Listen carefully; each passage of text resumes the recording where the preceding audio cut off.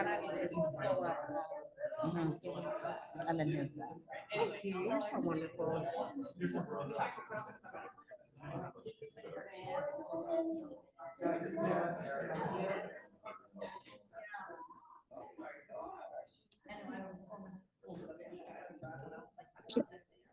I don't know how to share my screen.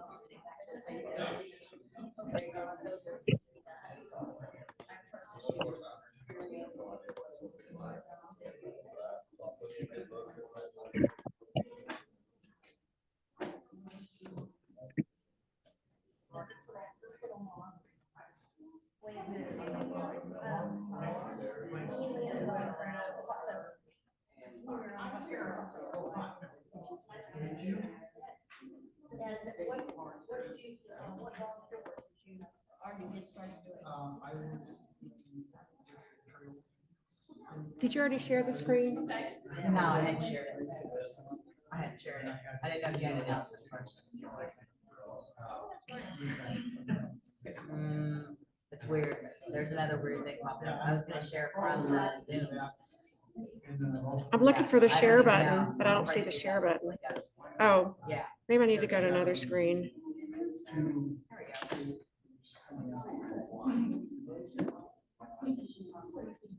Yeah, well,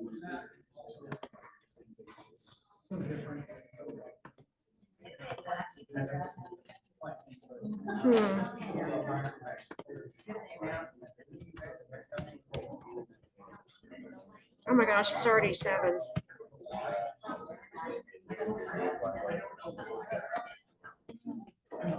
Oh, we've got to figure out how to share the screen.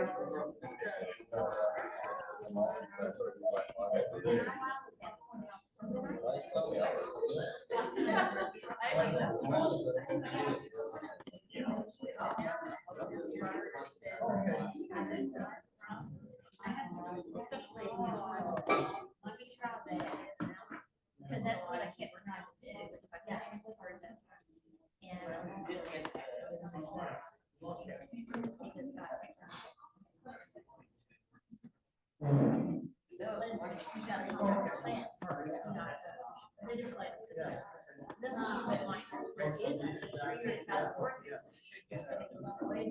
I don't see that. Oh, here it is. There we go. All right. And you only have so much time you can do it,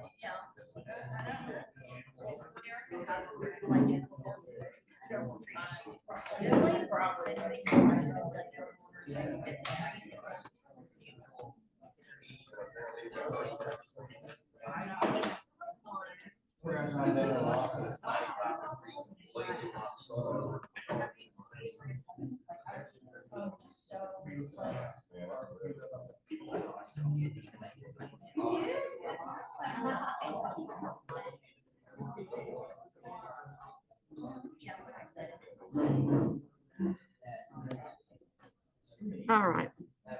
Okay.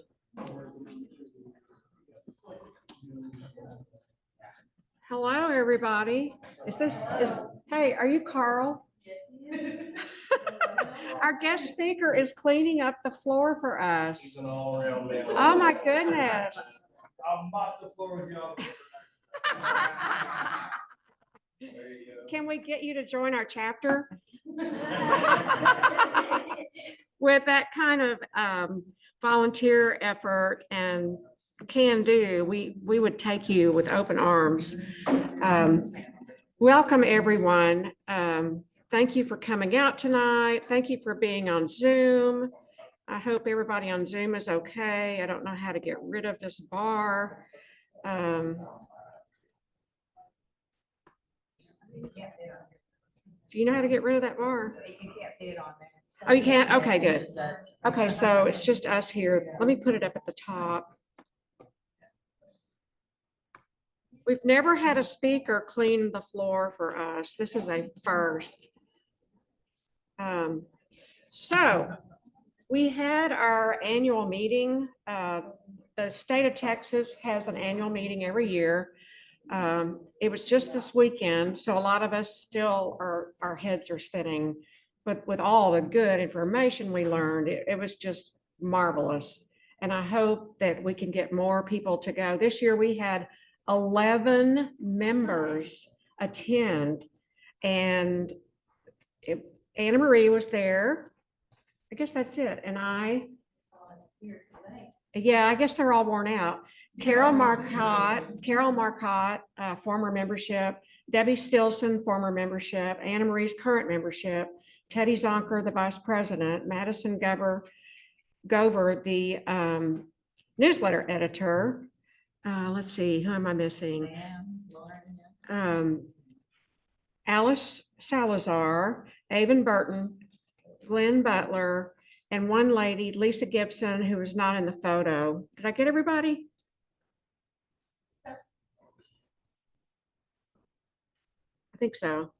Okay, Teddy Zonker submitted a photograph and she won 3rd place. And I'll show that to you in just a minute. There were 569 master naturalists from all over the state. There were something like 45 out of the 48 chapters were represented, which is really admirable. 170 speakers, 130 class sessions, 25 field sessions, and one of my favorites, the trivia contest, which is going to reappear at our holiday party. Yay! Mothing every night from 8 to 10. I'll give you 3 guesses who led that. Sam, yeah. Every night. In 2026, the meeting will be in Waco, so it'll be a lot closer. I would expect the hotel rooms to be pretty inexpensive, and the hotel rooms don't get booked a lot, probably, unless it probably won't be a Baylor home game. The new pin is the Bobcat. How many people love the Bobcat? Awesome. And Sam said that the mothing would be festive. So you can tell right there. Festive. Yeah, that was just one station. Okay. How's this going? Oh, I didn't put this in. Uh-oh, we've got USB competition here. What is this is going there? I'm going to take this out. I have to get Carl to copy his presentation to the desktop. I'm claiming annual meeting fatigue. Why isn't this going forward? Oh, because I'm in edit mode. I don't know what I'm doing.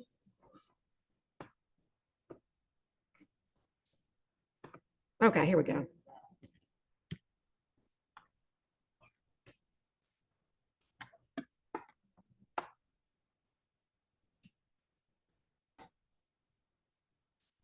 What is that X for? Did I just leave the meeting? No. Okay. So here is the photo, the beautiful photo.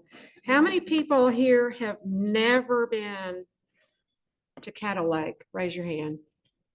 Okay, you've got to go. It is the only natural lake in Texas. All the others are man-made for, what do they make those lakes for? I worked in water. What do they make lakes for? What? For the rest of the state? Drinking water. And what else? Farming recreation. Yes, farming. Well, no, they don't build them for recreation. Water sources, what else? Excellent. Y'all get an A. What about, Laguna and Scottsdale? What about what? Laguna and Scottsdale. And Scottsdale. I don't know. What about it? Some people say it's the second natural lake in Texas because it's all surrounded by land, but sometimes it's salty and sometimes it's fresh, and sometimes it's fresh. I don't know. And sometimes it's evaporated. I'll have to look into that. Sometimes it's not a lake, huh?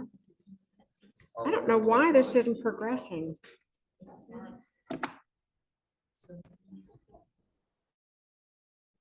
Computer off. Come on, slideshow. Okay, here we go. Oh, no, I don't want to do that.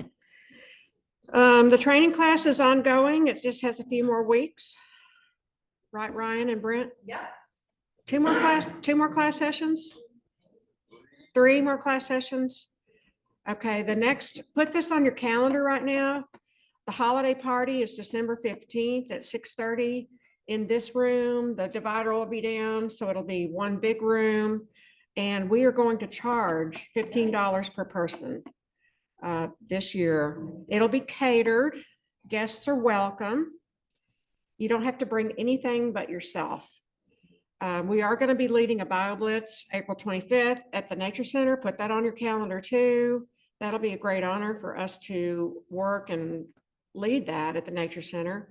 You're going to be receiving some guidance on VMS recording hours and what works and what doesn't work and what we need to do to make our recording better.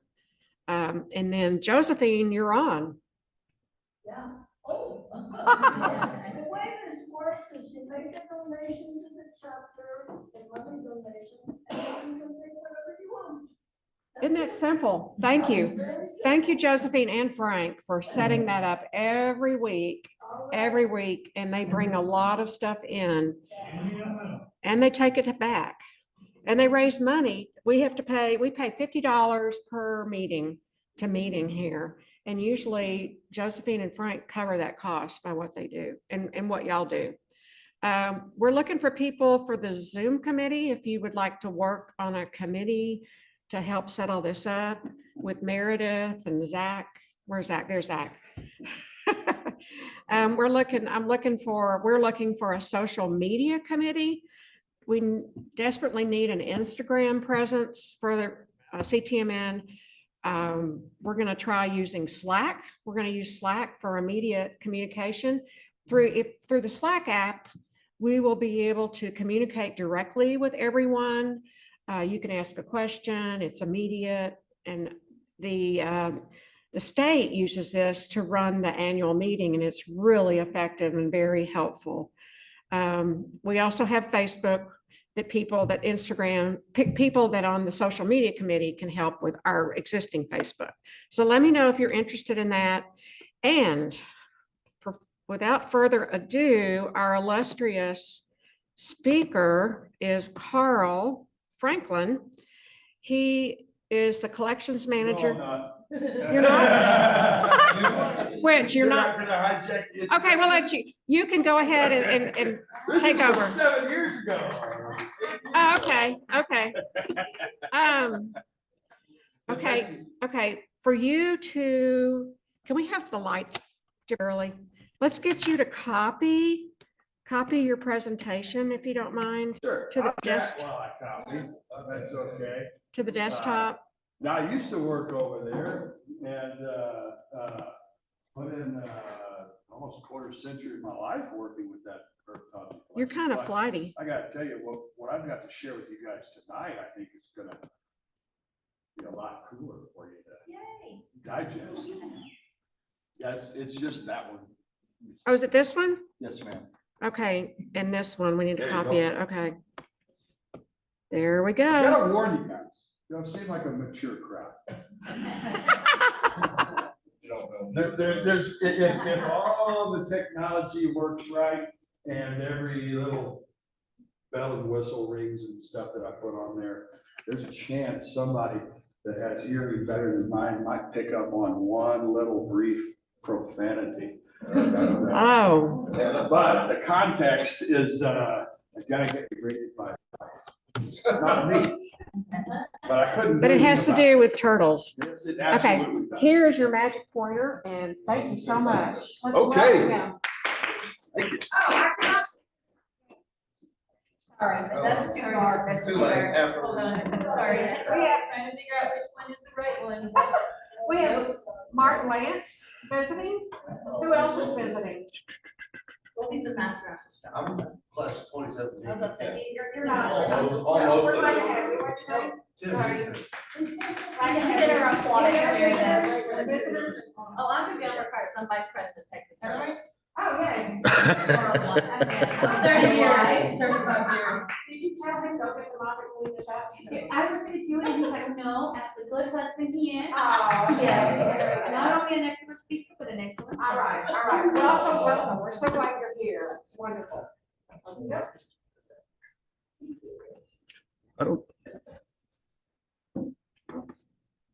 There we go. Awesome. All right. So yeah, I'm Carl Franklin and I'm a herpetologist and I've been living in Texas all my life and I've been lucky enough to travel around the world, be able to see a lot of cool stuff, but it ain't got what we got, you know. There's a quote from Chris Christopherson and Waylon Jennings.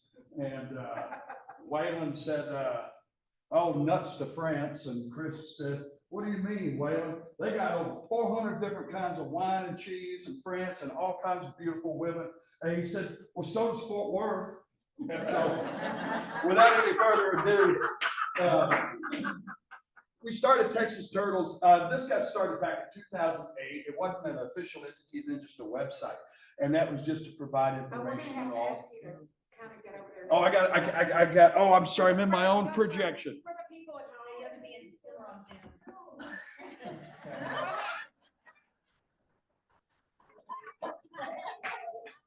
I've done this before. You can wonder, but just kind of stay a little bit Just for closer the to the mic. mic. Just for the mic. Oh, Camera. More than that. all right. I'm sorry, but they would probably rather look at trouble. I agree. Guys, if y'all heard her, I agree with her. See this than me, but they said I got to be here. Okay, well, let me go ahead and get started here. I got some people to thank before we go on the whole journey of eye candy and everything here. And one is Viviana Ricardez on the left, and she's here today. She's the hardworking backbone of Texas Turtles, vice president, and our secretary, Sal Sabetta, and then somebody that, of course, is just like the showstopper to it all.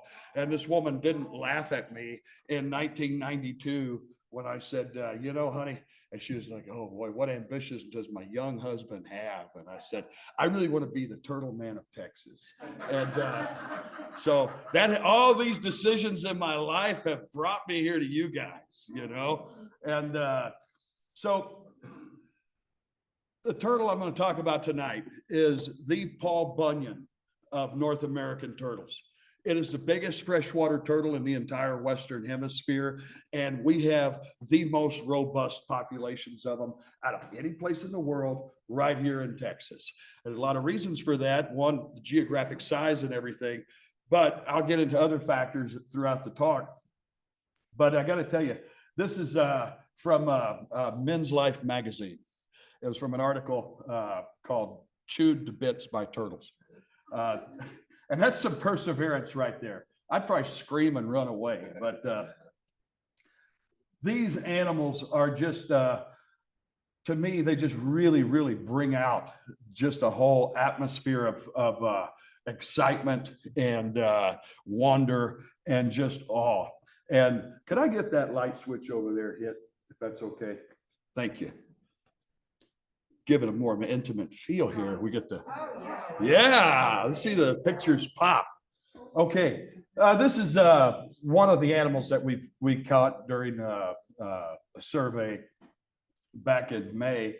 And those, of course, are turtle leeches that are all around the eye. We recaptured this guy back in September, and the leeches had moved on and such, but just kind of a neat, you could almost, it looks like it sounds like a pot of macaroni, you know, it's good.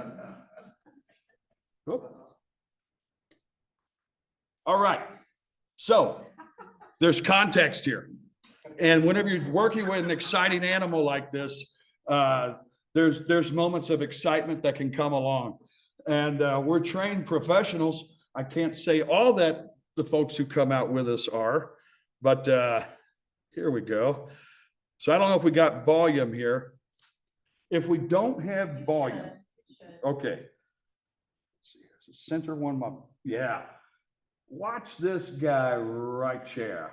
What Viviana here is doing is she's got a scanner. She's checking that turtle for a microchip that was placed in it, or possibly just to double check if we caught it again or not.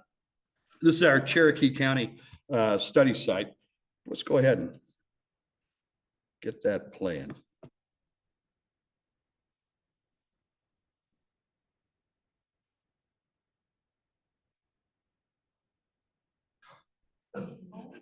It's like Keystone Cops, you don't need sound, you know? Well, what you get to miss out on, of course, is the wife's expression, but my favorite quote of the night from it came from our friend Mark, and he said, "Good thing you got your boot on, bud." And what happened is the fellow walked right by the trap. We had just pulled that trap out of the water, and it had 4 adult alligator snappers in it, and it took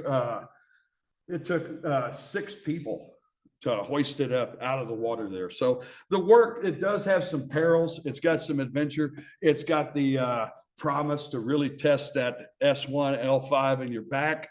But it is still, I can't imagine doing anything else. So we're all happy that the dingus kept his foot. Well, let's see here. You will watch it again? Okay. Right there. And all it did was pinch his foot. It just barely, you know, it wasn't like and he was wearing his dress shoes. So dress appropriately. So they do get big.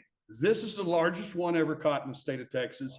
This is from a survey that was going on in 2023 by some folks out at Stephen F. Austin University. And this is in Hunt County. This animal right here, he weighed 211 pounds. This was on private property, a little slough off of the Trinity there. And they actually had to use part of the boat, the John boat, to get it and kind of flip it on and push it on the land and stuff. They had some really stout guys working it, but if you're at the gym, pick up 200 pounds, that's just picking that up.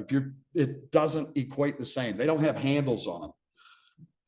This is a good sized big boy that we got out of Cherokee County, and he was 154 pounds. And inside the trap where we caught him, there was a female inside there with him that was 50 pounds. So that was all a lot of workout getting that. What's the anatomy that we're looking at? Well, you got a face and nose and mouth. We'll go into anatomy in a moment. This is the distribution of alligator snappers in Texas and by county. And so it's pretty continuous. These are just the different river basins within that range right there. They do not occur within the Brazos River drainage. They haven't been in the Brazos River since the Ice Age. They find fragments of their shells at the Mammoth site in Waco. There's been some good fossil material, but to date, nobody has produced a living alligator snapping turtle from the Brazos drainage. But they're here in the Trinity. So hold on to your hats. This is what one part of the anatomy, it's probably the most celebrated with this turtle. They're the only turtle that has a deliberate predatory lure built into their mouth. And right here, we'll just see how that works. You know, if you go to the zoo or the aquarium or something, you get a chance to look at these guys, you might see them with their mouth open luring. And of course, that's a nice pink colored lure right there. The mouth, the internal anatomy of the mouth, you've got lots of non-motile papillae. All these little structures here. I'll show you a better picture of that in a moment. But in the floor of the mouth right there, you've got a lot of mucus glands, you've got receptor cells, you've got blood supply and innervations of nerve networks that connect to the surface of the skin itself. And also, all that plays a real valuable function in that lure. The turtle, while he's doing that and using the lure, is not always able to see when the prey is right there. And so knowing whenever to snap that mouth shut on a fish that's coming by is really important, so it doesn't damage the lure or injure any other part of itself, and it doesn't lose its prey. Also, these guys are going to be luring in water that's obscured, just dark water. It could be clear water. But if you've taken a look at the Trinity, you know that's not the case. And so in those turbid conditions, they're able to ride that little lure around, and that's going to send a distress signal to fish that something is there edible. And fish, of course, using a lateral line system in their nervous system. They've got a row of nerves that goes down the side of their body. and it gives them sort of like three-dimensional imaging, and that's how they're able to locate their way even in places where their eyes don't work. So a lot of stuff going on right there in the mouth. And some of these papillae and little projections and stuff could also play a role with gas exchange. And the lures, we've documented, we published a paper with some colleagues of ours, and we documented 8 distinct different types of lures. There is some consideration out there that they could change color, but all of these that we went through, we looked at 800 different lures, more than 800 different lures, and got the consistent 8 types out of it. This right here is the inside of a mouth of an alligator snapper, but this is a different one. This one is captive bred up at the Tishomingo Fish Hatchery in Oklahoma. And this one is called hypomelanistic. And so it's really pale looking. And that gives us a chance to appreciate some of these finer projections and anatomy in the mouth. So, of course, there's the lure right there. And it's controlled by 5 pairs of muscles that are underneath it, and they keep it kind of doing that. These other fleshy things you see here, those are the other papillae that I mentioned. And we've watched those as well with turtles in the wild. We've been able to make thousands of observations of these guys in the wild. And whenever they open their mouth and they're luring and stuff, sometimes a current of water will move and those other papillae will sway. I don't know if they serve as ancillary lures or what, but there's more going on in the mouth than most people think. This is a baby that was released to its home creek, and this is what it did within the first minute or 2 of being in the water. It went over there and grabbed a chunk of bark that turned out to be a piece of prickly elm, and it just was fascinating. And these animals use their mouths in their world. They eat to live and live to eat, and it's not all. I don't think it's always about consumption. I think it's also they develop really good learning cues in their environment that way. They eat all kinds of stuff. Of course, everybody thinks fish and things like that, but you know, we get a lot of them with acorns, even some China berry fragments, grapes. They love Mustang grapes out of here. We've got this is from one that defecated this material. That is all cane and reeds, cattails. And then there's sand with mussel shells, and there's even a piece of plastic tarp. Oh, you can see up there. But a really wide variety of food items. This one defecated a bunch of corn, and that animal was waiting underneath an automated feeder. So birds, haven't yet gotten the feathers identified, but that's from our Trinity River site right there. Other turtles, they eat lots of other turtles. This is a razorback musk turtle. This is native here in Fort Worth also. We have gotten several remains of these guys from multiple alligator snappers. This right here is a part of the bone that goes on the bottom shell. But this right here on the big picture here on the right, that is the skin from the foot of one that wasn't digested. And these turtles, you can see they're really numerous and abundant. And besides alligator snappers, they provide a lot of food for alligators as well, and lots of other animals. There's lots of birds of prey that specialize on eating turtles. And so if you wonder why we need so many turtles, they do provide a lot of energy back into the environment. You see a pizza slice missing out of a soft shell turtle, and usually that is going to be unmistakable.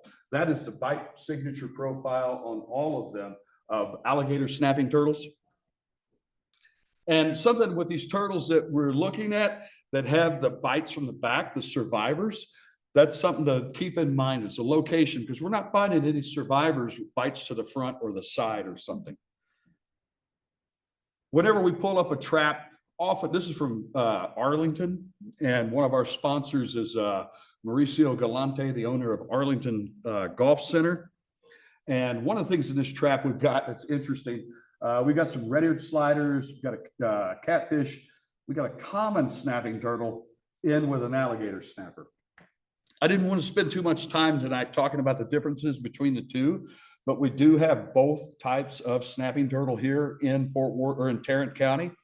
And one of the things I'll tell you is that the common snapper, that's the one you've seen crossing the street and can shoot its neck out really far. But I think by the end of tonight, we're going to be familiar enough with the alligator snapper that I don't have to do it side by side. But even common snappers fall prey to alligator snappers.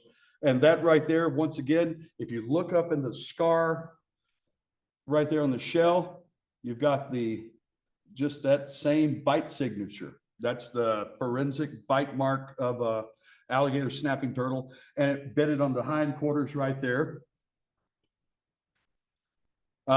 This was something that was really cool to observe just last year.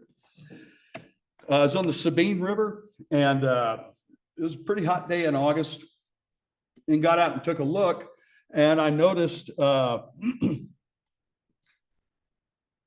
I've spent a lot of time looking at logs for turtles. And so you get like just like if you look for arrowheads or something, you get that signature in your search bank there. Well, what caught me was that. I saw that and I thought, that looks like an alligator snapping turtle's head. And I zoomed in, yep. Now, here's the cool stuff. You've got a Sabine map turtle right there, and you got one right here. There's another one over here, but it doesn't matter now. That one there hit the water and started swimming. And I watched it. And then when it got within about less than 2 feet from the head of the alligator snapper, it just went, no, and just hauled shell the other way. And that meant that turtle, or it's really highly suggested that turtle was familiar enough with what this guy could do and what he was all about. And some years in a previous life, I published a little note on Sabine map turtles being part of the diet of alligator snappers. That was defecated from one. And but that's also pieces from the rear of the shell, which I wonder, but did it escape and survive? These guys all survived. This is from the Trinity River in Arlington. That's a Mississippi map turtle. You see that same shape right there? That exact sort of weird, funky little keyhole. We've got from Liberty County, we've got the cooter right there. From Hardin County, got a red-eared slider with a bite on it. This was just absolute bonkers. When we first started sampling and trapping in Trinity and Arlington, we caught this, Viviana and I trapped this big adult female soft-shell turtle, and she's missing a leg. There's a couple of, it's like the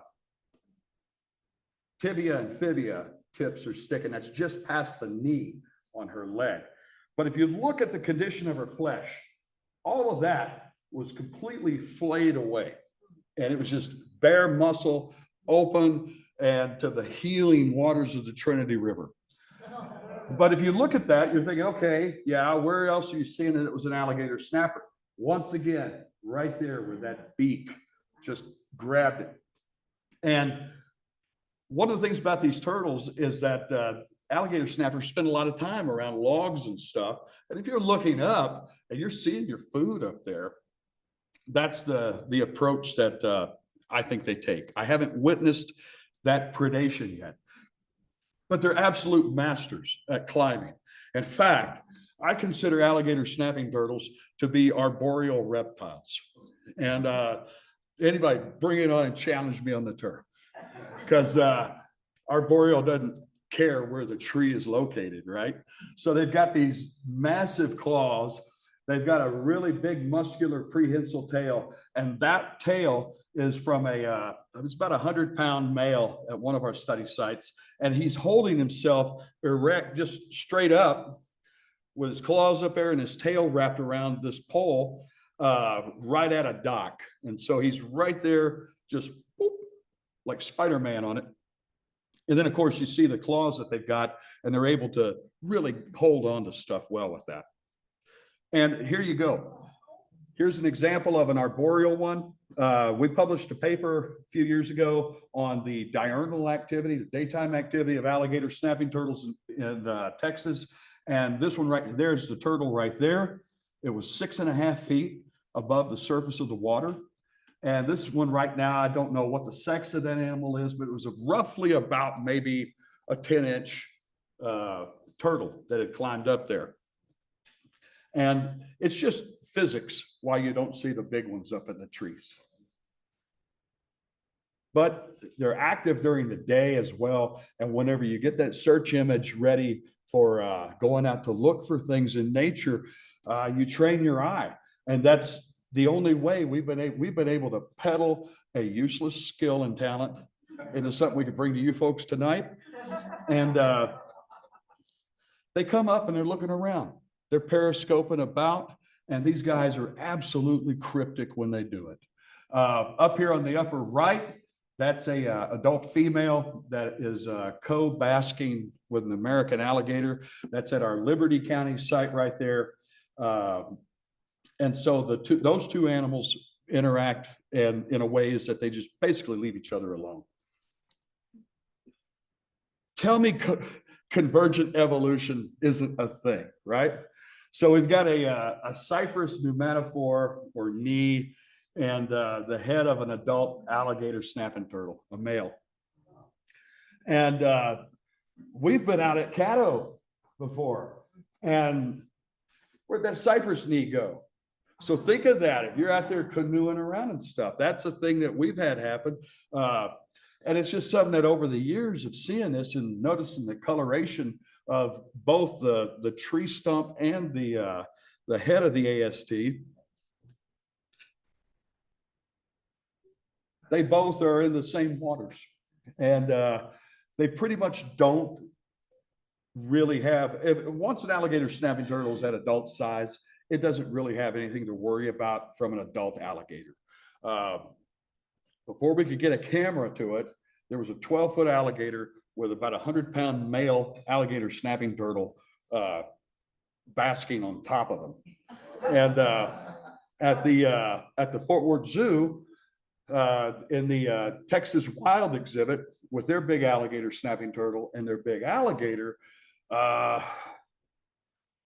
let's just put it this way. If you were to go so far as to say zoos or prisons, it was a less than polite conjugal event.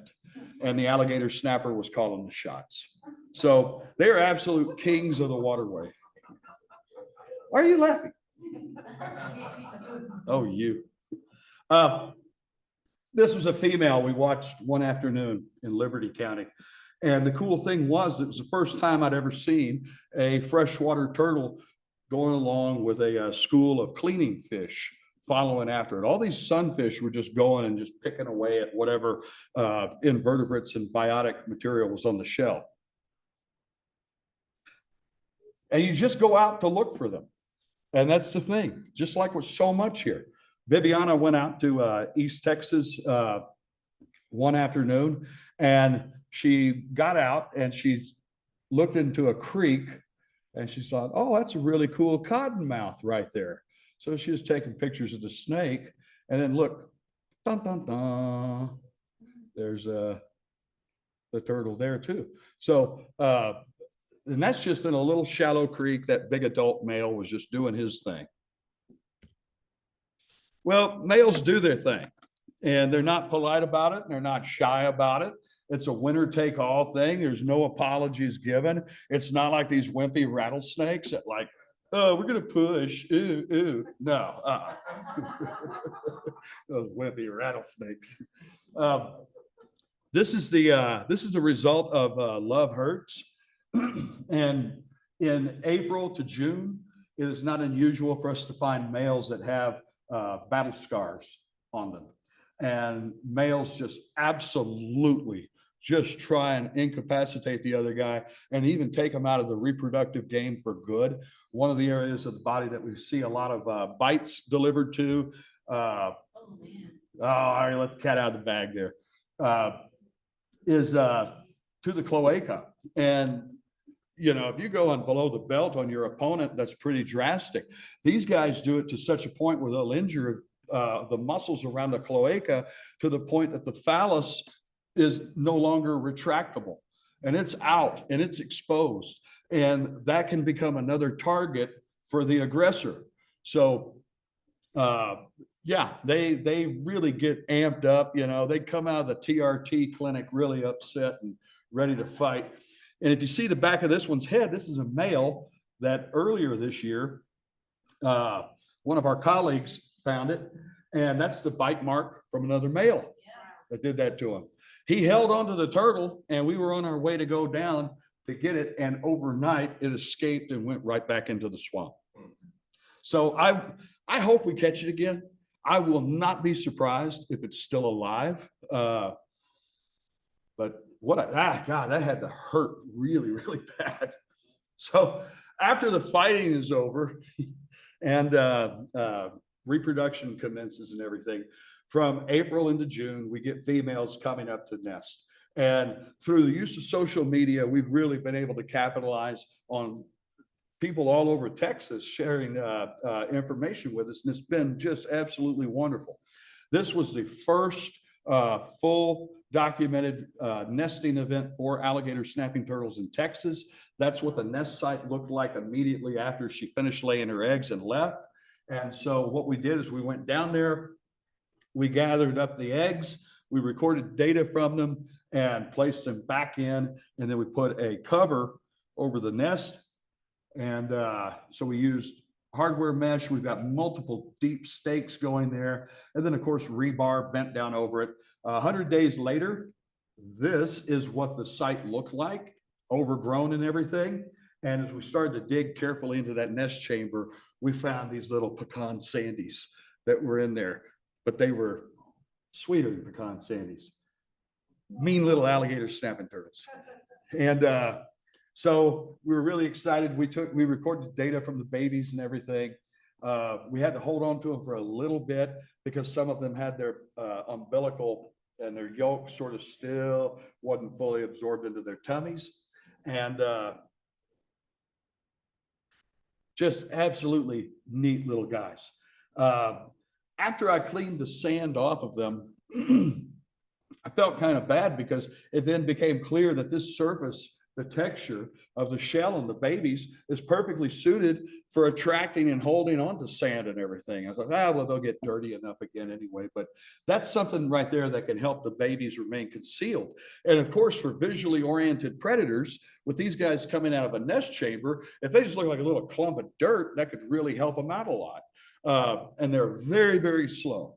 These guys are not like the explosive sea turtles that you see on TV and all. And Viviana and I found that out. We took all the babies down to the creek and we placed them like, it was like I was lining up my Hot Wheels in the sidewalk, you know. We placed them all there. And they were like, shoot, nothing. So we had to just put them in the water. And look at that, just little cryptic babies right there. Oh, there you go. You could like queue up Flight of the Valkyries and nothing will happen, you know? So this is what their skeleton looks like right after hatching. As turtles develop their shell, this is a CT scan of a preserved specimen, a little baby. And you notice you see the ribs. Well, you also see some bone material around the edge, and that's forming the margins of the shell right there. But what's going to happen is that the shell material, the bone for the shell, is going to grow inwards out, and it's going to come in that way. And so they're just real squishy, just covered in keratin. real little delicate little guys. Last year, we got a phone call, or no, we got contacted on social media by a landowner out in Harrison County. And on our way, we go out there and we recorded the data from the eggs. And we're permitted, of course, by Texas Parks and Wildlife to do this. I just thought I'd throw that out there. But we recorded the data, put the eggs back into the nest, covered it up, went ahead and really, got this thing all hunkered down. We come back, over half of the eggs are gone, and the remaining ones are broken inside the nest. And there was no mammal or anything that got into it. Right over here, there was a real tiny, like pencil diameter, maybe twice that, magic marker diameter, little tunnel that went 1 inch below the surface of the sand and went straight to the nest chamber. And I thought that had to be a prairie king snake, a coach whip, a racer, or something like that. So we have to go back to the drawing board on that. All the other predators stayed away, but the snake went in there and got the eggs. That was the moments of disappointment right there. You can see the broken eggshells. And typically if a nest is predated, the eggshells are going to be on the ground on the outside, like you walk around in the spring. You guys see that? That's what happened there. This year, we got contacted, landowner in Bowie County, and we thought, we got this. And the weird thing is that this female nested, it wasn't in sand, that was all asphalt and caliche.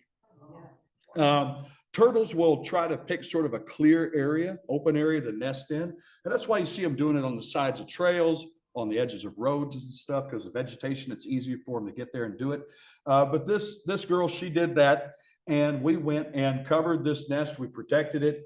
We knew nothing was going to be able to burrow into it like a snake. We went back 100 days later, and most of the nest was infertile. And there were about 5 or 6 babies out of all the eggs that had all just died in there. And we didn't have a temperature logger, and it wasn't because they weren't able to get out. They're not even attempting to climb out of the nest yet.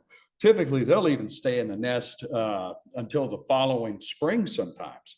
It could take that long for the ground to soften up for them to be able to make this effort as a group to get out.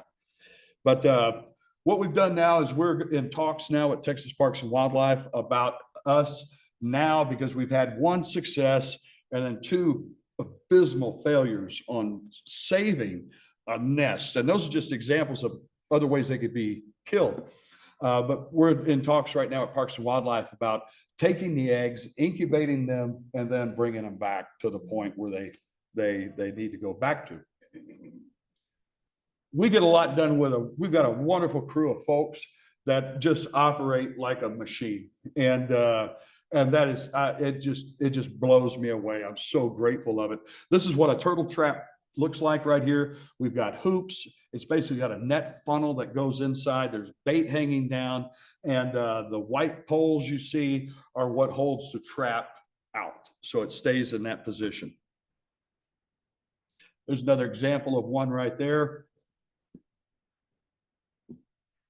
There's one right in the water. This one right here has an extra flotation materials in it, and we were having to go back and check because it started to rain.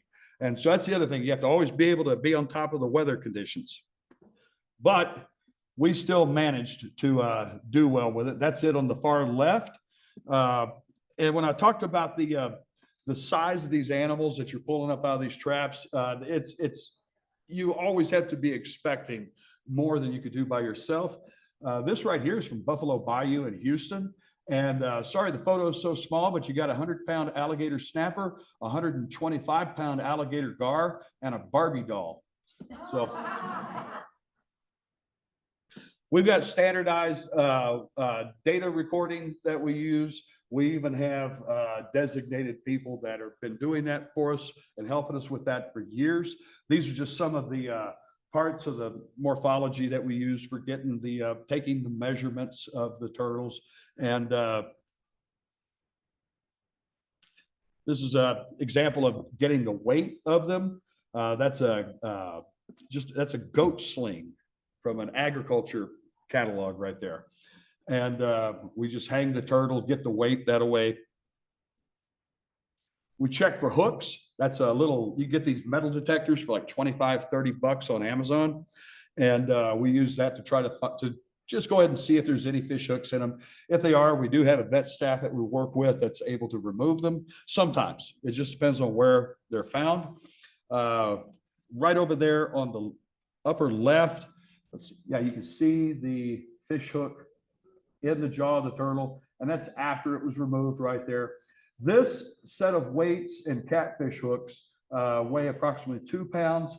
That is what killed a 40-pound female. And these two hooks I removed from the throat of this animal right here, and he was 135 pounds. Incidental bycatch is the biggest mortality thing they have going on right now. If you were to take the river and channelize it or something like that, that would have a bad impact on them. But as it stands, trot lines, jug lines, and limb lines, all that junk, that catches a lot of them. This is some of our crew. We do a event called Snapperpalooza twice a year down in Hardin County, Texas.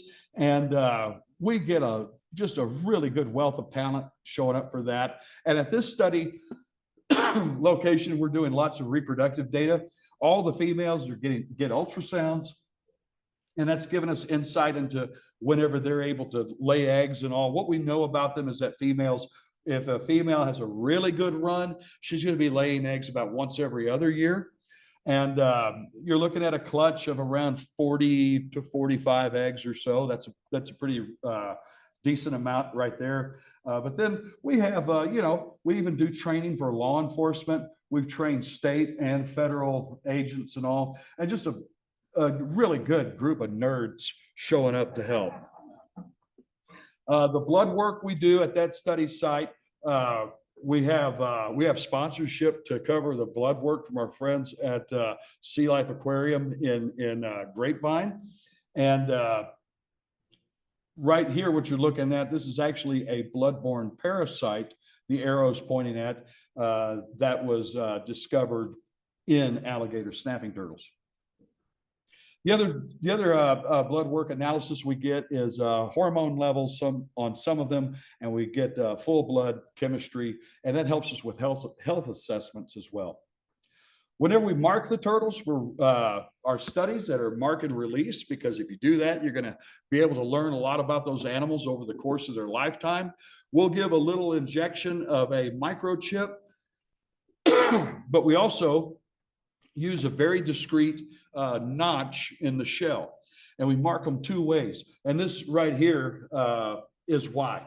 This is at our Hardin County study site, and you see the notch in the shell. We were able to identify which turtle that was. It was caught by raccoons and eaten on land, and we lost the transponder.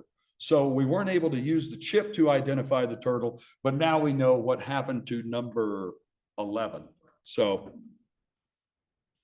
one of the things that we started, and we've been maintaining now for a few years, we started our own research collection, and we have more than just alligator snappers in it. And what that is we've gone out to do salvage of deceased animals, and that's what a lot of our collection is. We're not going out and sacrificing anything to place it in the collection. We also have a growing genomic collection of tissue samples.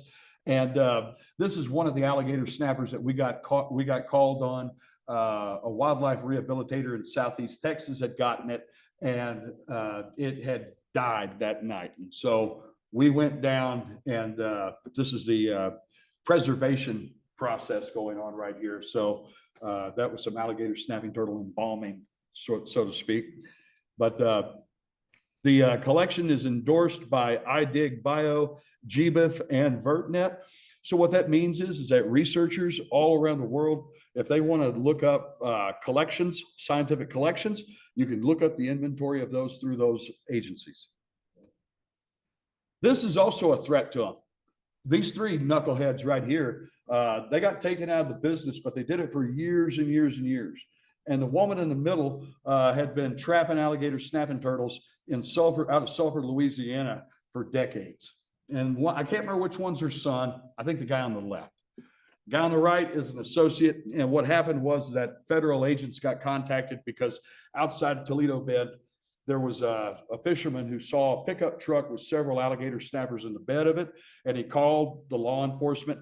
But whenever they crossed the state lines, that broke a federal law. And so it was a little bit of contention, who takes over, the state or the Fed. The federal agents got involved with it, and they did a year-long investigation with these guys. The special agent who was out there with them got to know these people and broke bread with them and stuff for a year and everything. And what was going on is you're looking at people with a severe opiate addiction, and trapping turtles was a way they were able to make money on the black market. In Louisiana, you hear that awful sucking noise? That's the sound of them coon asses sucking all the conservation out of the US right there.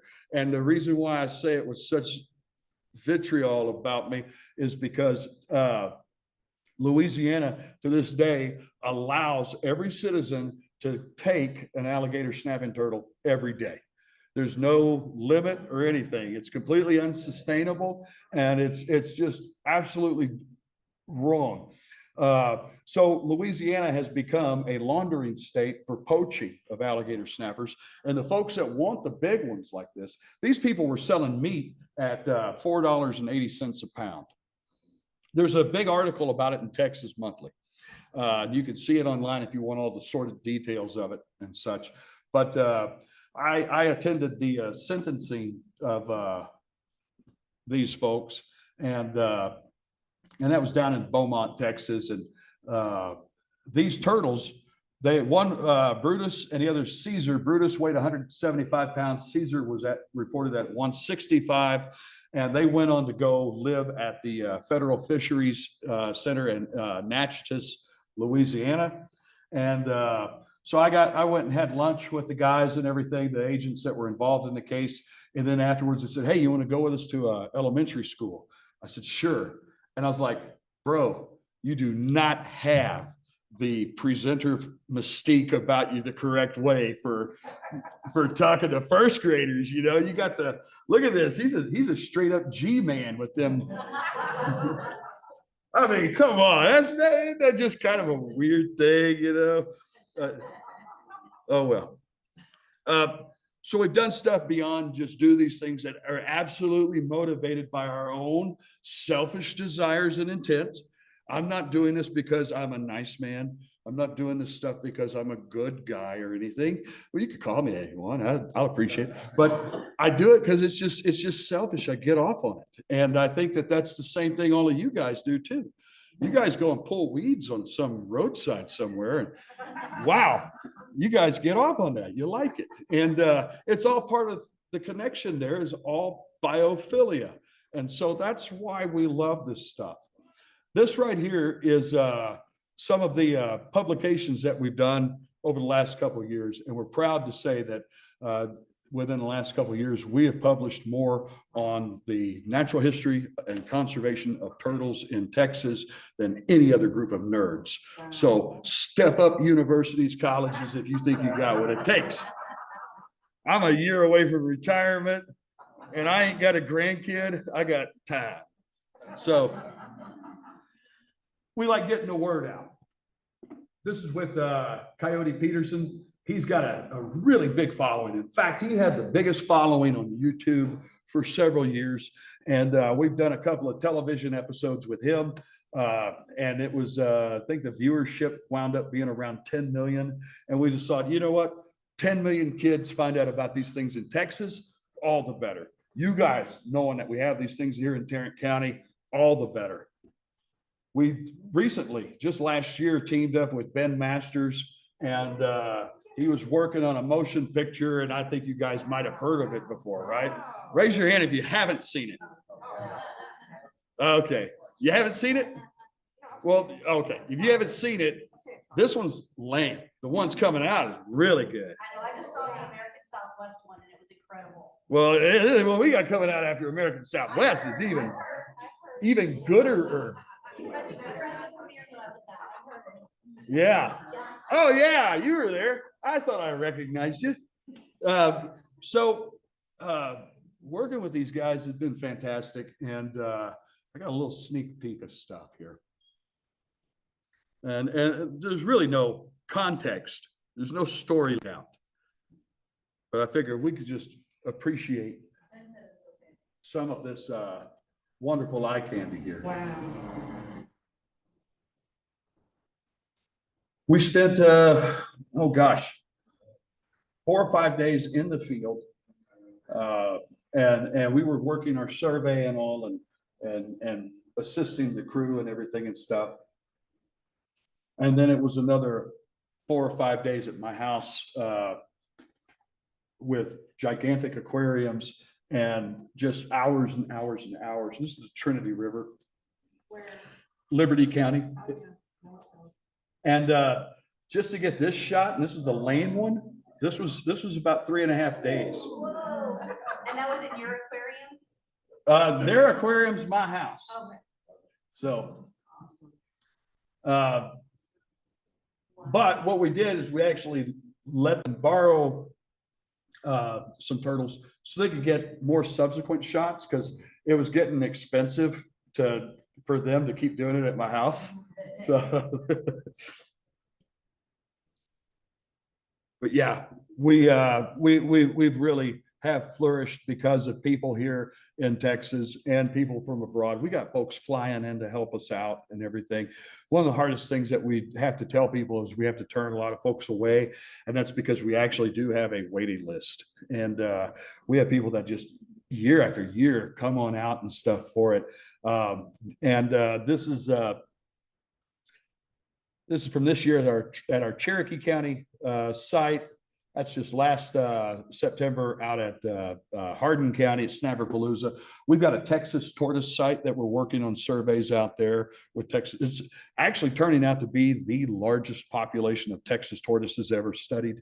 And then we've got an annual event that we've been doing out at the Leonhardt Lagoon at Fair Park and doing their turtle surveys. And we've got plenty of people that have helped get us over. And we've been really fortunate in all the support that they have. And looking at this crowd, I know you got a lot of good looking people here. And this is another way we get over is with merch. And I know none of you got grandkids. Who could say no to a onesie? So guys, I was awesome. And you all had a wonderful evening. And thank you for having me, guys. Yes, sir. How do you use to judge the age of the turtle? Good question. Would you repeat the question, please? Folks at home. Oh. Yeah, there you go. Thank you. Thank you. What's your name? Charlie. Charlie here asked a really cool question, and it's how do we determine the age of the alligator snapping turtle? The only way we can do that accurately, Charlie, is if we know the birthday of the animal.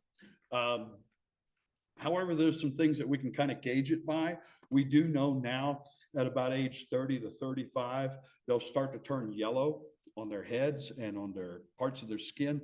And it's kind of like if you see a red-eared slider, when the males get old, they turn really dark and they lose that lustrous green and red. It's kind of like that. So we know that right there. And that's really it as far as adulthood. We can eyeball them and say, we think that one's a teenager, or that one's just getting their first mortgage at 30 or something. But the only way anyone has ever been able to accurately age a turtle is by taking the bone of one of their legs and counting growth patterns within it. You can't count the rings on the scoots on the shell, because you might have some of them that grow a couple of extra scoots more than that one does. And so they're not on a 12-month cycle like that. So, yes, ma'am.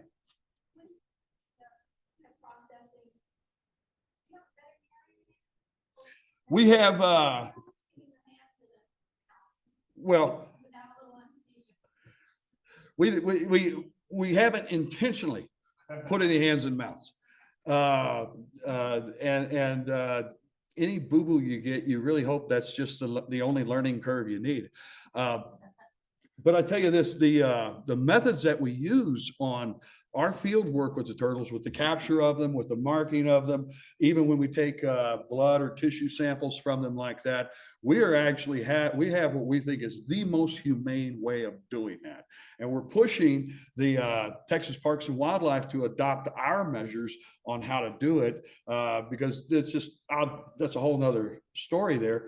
But for example, I know 3 people on the planet that are expert phlebotomists with alligator snapping turtles. And if you had a question regarding phlebotomy of them, that lady right there is one of the experts.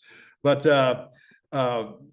yeah, these animals, I'll tell you this, you're in a trap, you know, and you get hauled out and you're picked up and stuff and everything. It's got to be terrifying.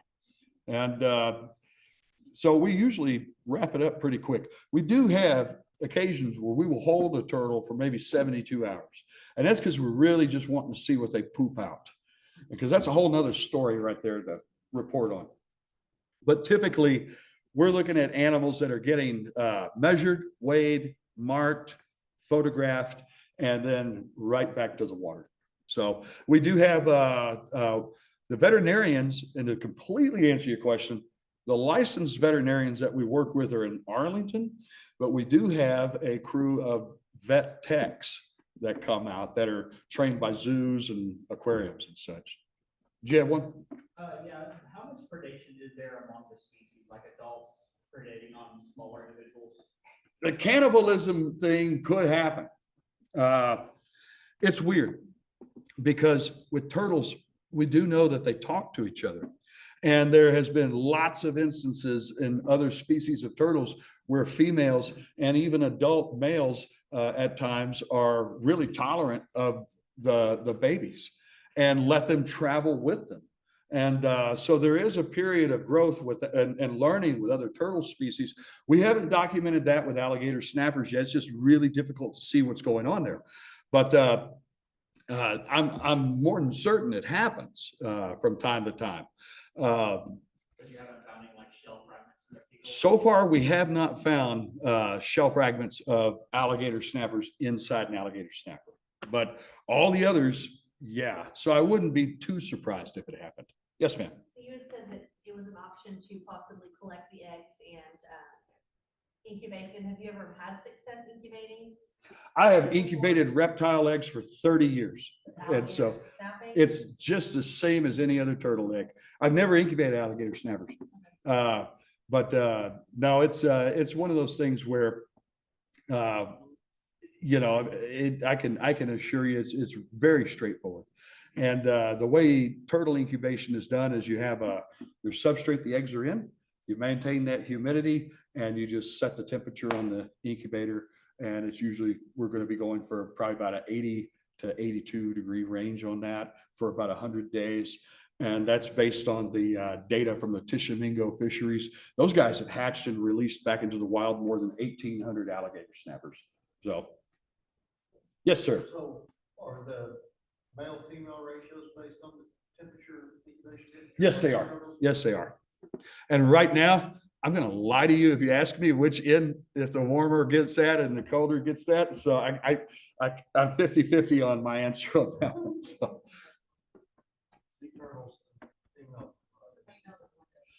But it depends for, yeah. Yeah, female, male, female. Yeah. Yeah, the females typically hotter in general. Did you have one? I was gonna ask about that. Zoom questions, ready for Zoom questions? Okay, do alligator snappers eat vegetation too? Who asked that question? Well, Grace. Greg? Grace. Great. Grace. Grace Darling. Grace Darling. Yes. Grace. Where you at, girl? I will repeat that. I will repeat that question. Hi, Carl. Everybody, Grace Darling had a cool question. Do they eat vegetation as well? And Grace honey, they eat anything they can get in their mouth. And in fact, we get them with the vast majority of the food items in their tummies is plant material. They eat acorns, walnuts, briars, grapes, roots, oak leaves, lotus, hyacinth, palmetto, China berry, corn. They eat all kinds of stuff. But thanks for that question, Grace. Second part of the question, what limits the westward distribution of snapping turtles? Why not the Brazos? Good question. So the reason why it's a cool question is because the western limit of them used to be the Brazos River. Everything that was all the turtle diversity in the Pleistocene in the Brazos River is still there today, except for alligator snappers. The only reason why I could even begin to speculate why that stopped could be some type of climate change, where it might have gotten a smidge too dry. But so it's just at this point, that's the best I can give. Okay, next, how do the prey turtles get away? I mean, are they swimming, their speed, or? Is that Grace also? This Okay. looks like, yeah. Okay. Well, oh, there I am.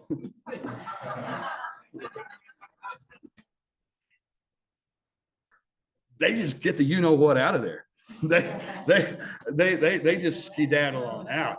And all the survivors, we know some survive it, but the only survivors we find have a big bite on their hiney. So.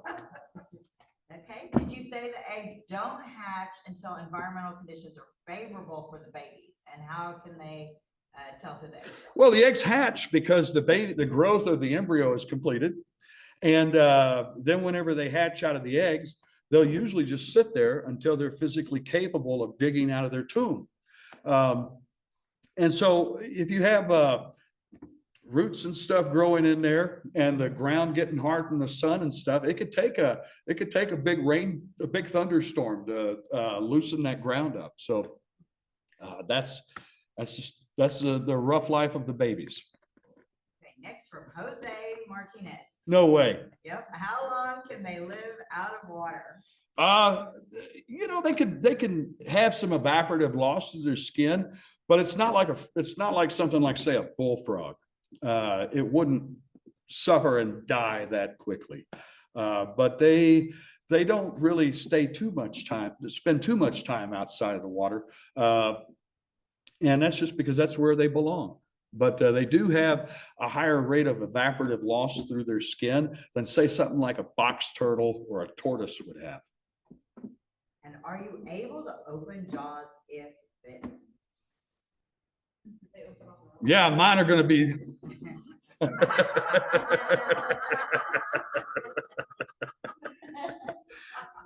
It depends on whose jaws.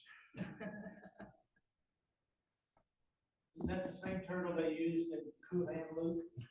Kuhan Luke's turtle didn't last long, boss. I know. You shaking them bushes?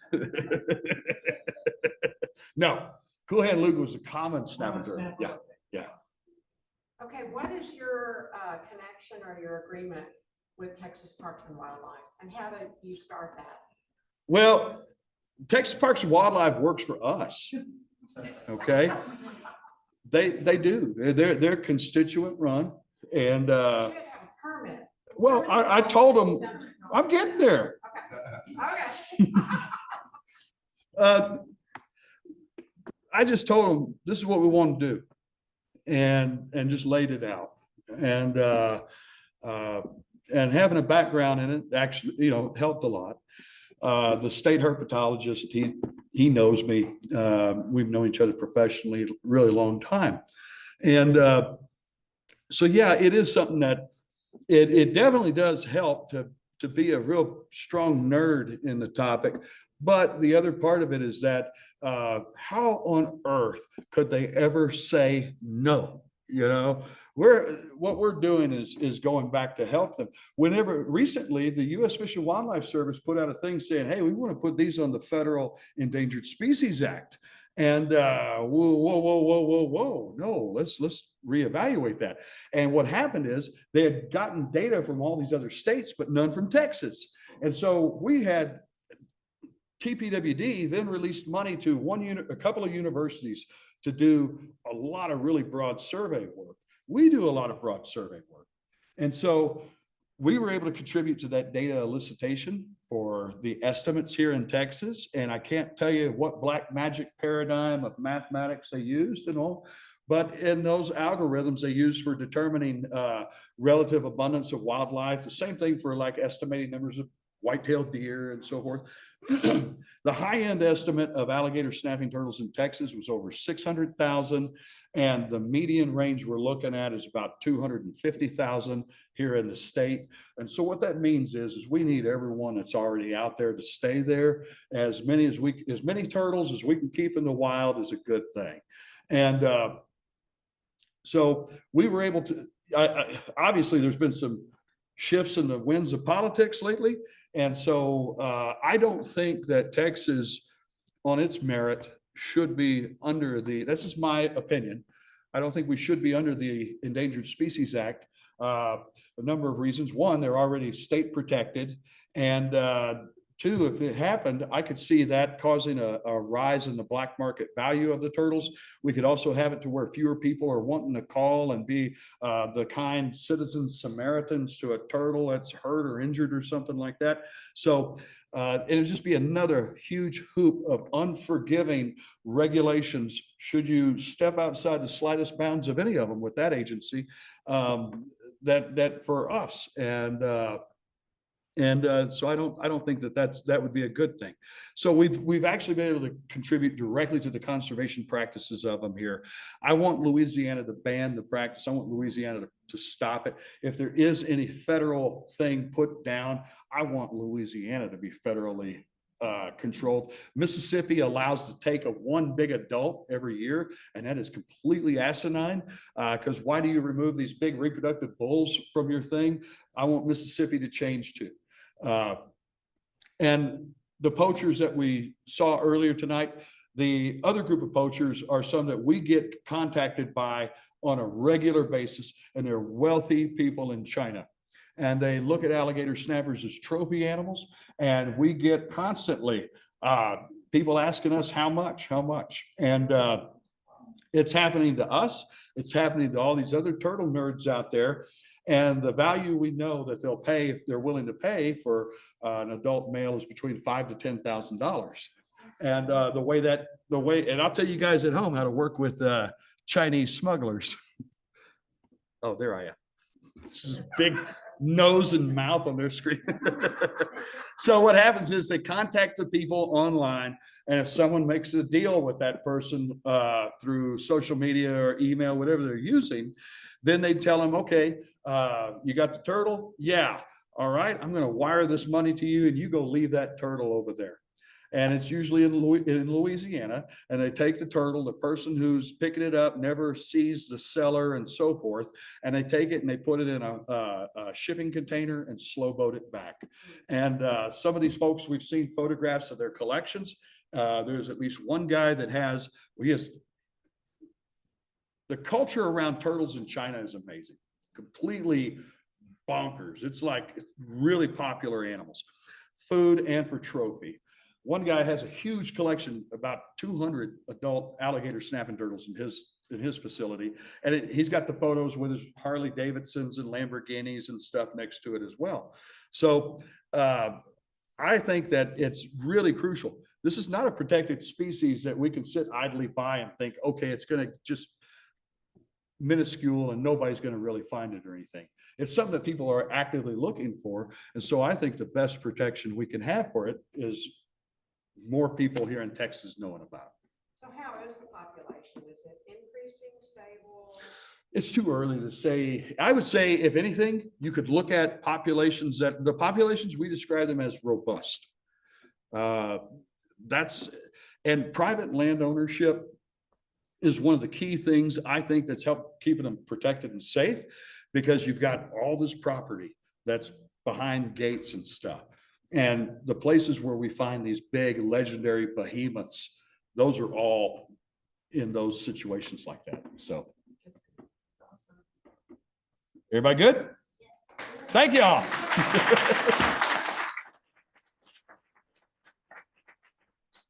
Thank you, Carl. And where is your standard routine? I want to go. It was here. Where were you? I thought maybe it was somewhere else. Ask Grace. Comedy Club, yeah. Grace. Grace. Are there any other announcements, any questions, needs? All right. Well, we'll be adjourned. Thank you all so much. Good night. Oh, and anybody needs to dress their